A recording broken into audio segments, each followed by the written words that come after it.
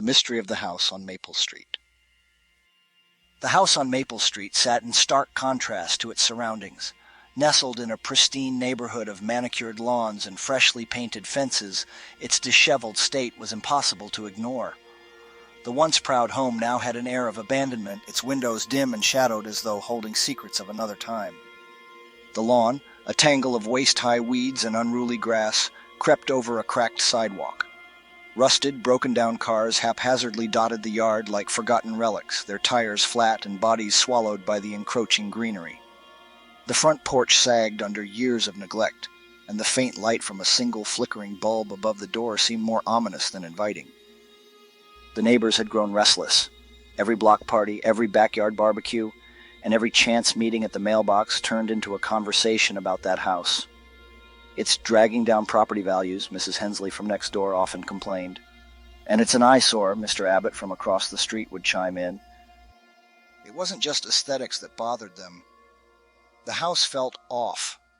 Kids whispered about seeing movement in the windows at night, a shadow, a glimmer, something that didn't belong. Even the bravest dared not retrieve a ball that rolled into the lawn.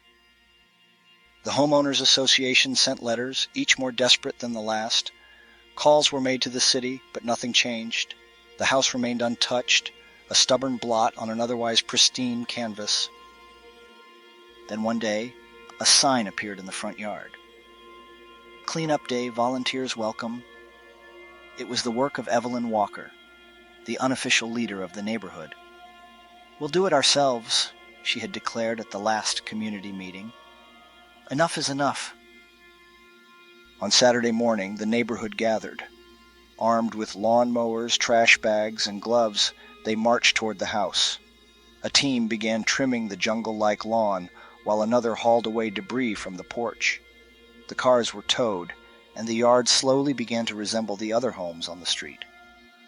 But as they worked, an unsettling realization spread among the volunteers.